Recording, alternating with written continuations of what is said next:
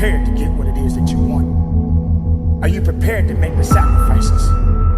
Do you understand what that really means? That's why there's an Old Testament phrase that gives the best advice for human activity when it says, 6 days labor, 1 day rest. And the way I get them to break their slump, not correcting their swing or getting them positive, it's getting them to acknowledge the small problems of showing up to batting practice or hitting that extra bucket of balls, beginning to reward themselves for the extra promises they keep to themselves, puts them back in a state of self-confidence. All of a sudden, they're hitting the ball great.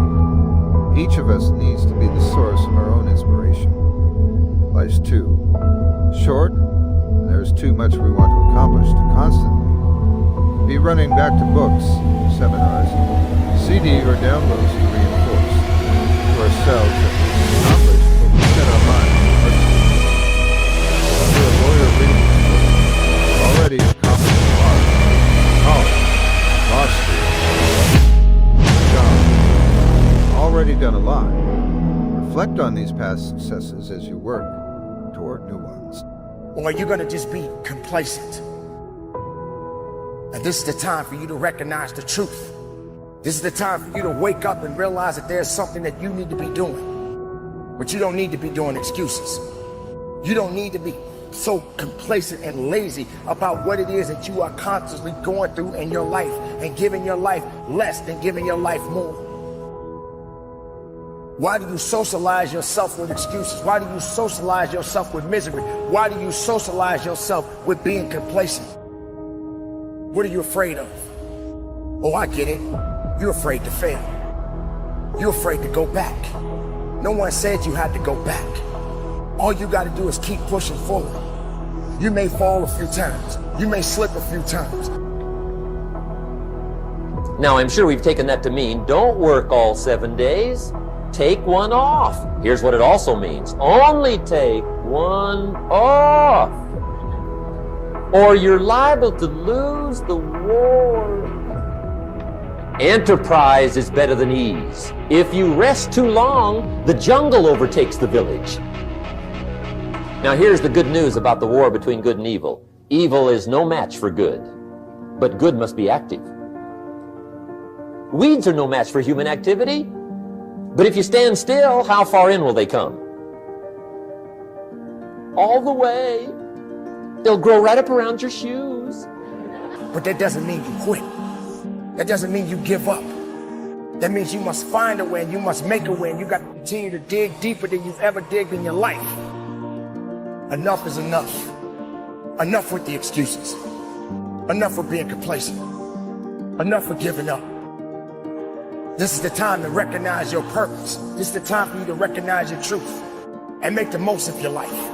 And if you're not willing to do that, then nothing's going to happen for you.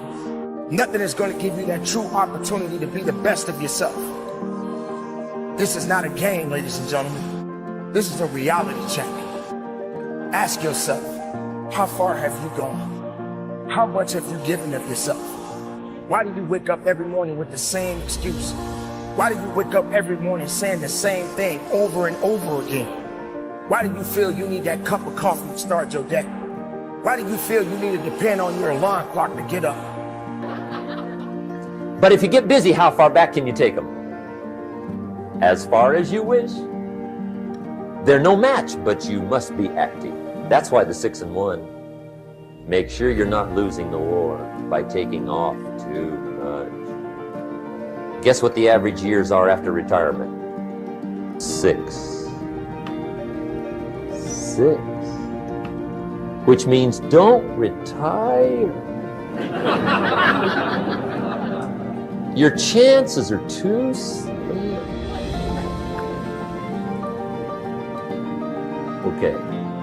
The war between good and evil, the weeds. You got to make sure you recognize the negative, handle it, deal with it, and then go on. Let's make a list of the diseases of attitude that can wreck all your chances to do well.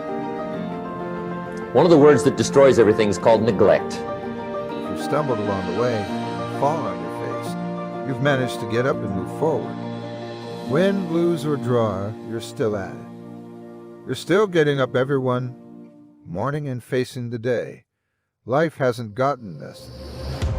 Focus on what you've done. You've done it before you can do it. Again, even if you're facing different challenges, bigger challenges, you have the talent and passions and dreams. Find where they intersect and create a plan to leverage them. And I believe the solution to self-doubt is to build something bigger than that doubt, which is to build our self-confidence. And one thing to know about the fact that you doubt yourself is, one, I struggle with it as well. One of the reasons I've had to go learn to build all these tools for myself is because in my life, my baseball career, my academic career, my business career, my speaking career, I've been riddled with self-doubt. That creeps up all the time in our lives. Am I enough? Am I good enough? Do I deserve this? Is this something that's part of my destiny? Should I be doing this? And if you're a religious person, I believe the adversary, if you believe in the adversary, I believe the adversary's greatest tool that he could use against you to get you to lose in your life is to get you discouraged and doubting. I went into the workforce. My dad thought for sure that having me do essentially menial labor jobs would teach me that I didn't want to do that, but it also made me sort of numb to that kind of work. And so I worked in a paint factory, I worked in a door factory, I worked in a paint warehouse, a paint store. My dad happened to work for a paint company, hence the theme. And I was too lazy to go get a different job. And so I literally just always took whatever was before me.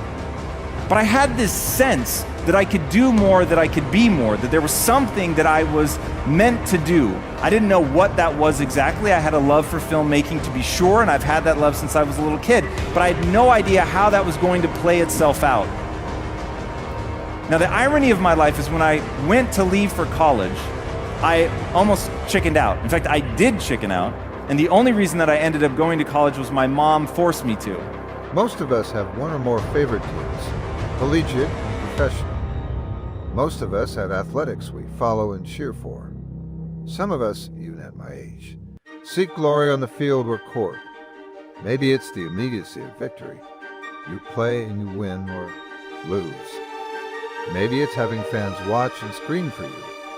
For some of us, even though our athletic days are behind us, we try to have that dream live on through our children. These are two of the most chaotic things that the adversary can do to us, or that we do to ourselves in our own minds, is to get ourselves doubting, to get ourselves discouraged, because you can't win when you doubt and you can't win when you're discouraged. What I found out, though, about self-doubt is that you don't overcome it, you build something bigger than it, which means you build your self-confidence, and the greater and greater your self-confidence get, it minimizes the impact self-doubt has on us. Now, why is that so important? It's important because you have to understand one thing about the doubts and the negative thoughts you have about yourself. As hard as this is to accept, these are not your thoughts. You weren't born doubting. You weren't born discouraged. You weren't born thinking negative things about yourself. Those were thoughts that were placed in you and given to you by an external source at some time in your life. It could even be our parents. Don't do that. Be quiet. Sit down. Be a good boy. Be a good girl. Maybe it was criticism you received as a little one. And I was having this moment of crisis. There was only me and one other kid that was leaving the state from my high school. Everybody else went to a state school. Everybody stayed together. It was that familiarity and living essentially a small life. And it sounded really enticing at the prospect that I was about to move away. And so I said to my mom, you know what, look, let's just forget all this. Let's call it off. It's going to be really expensive. I'll just stay here. And my mom was like, over my dead body. And she pushed so hard to get me out. But then every day since then, my mom has tried to get me back. And I was like, what the fuck? Like, you're the reason I left. I never would have left if it wasn't for you. So I literally don't understand. And in that moment, my mom gave me the greatest gift anyone could have ever given me, because my mom supported me. She was my biggest cheerleader. But when I asked her why she pushed me so hard to leave for college, her answer, totally without malice, was, I always assumed you were going to fail. He identified your dreams, identified your passions. They're interrelated but distinct. A dream is something you want to accomplish. It's bigger than life. It requires talent, hard work, dedication. It also requires passion. Passion is what gets you out of the bed earlier than most to prepare for a marathon. Write a book like this, go to night school for another degree, and any host of other tasks that require drive, grit, and heart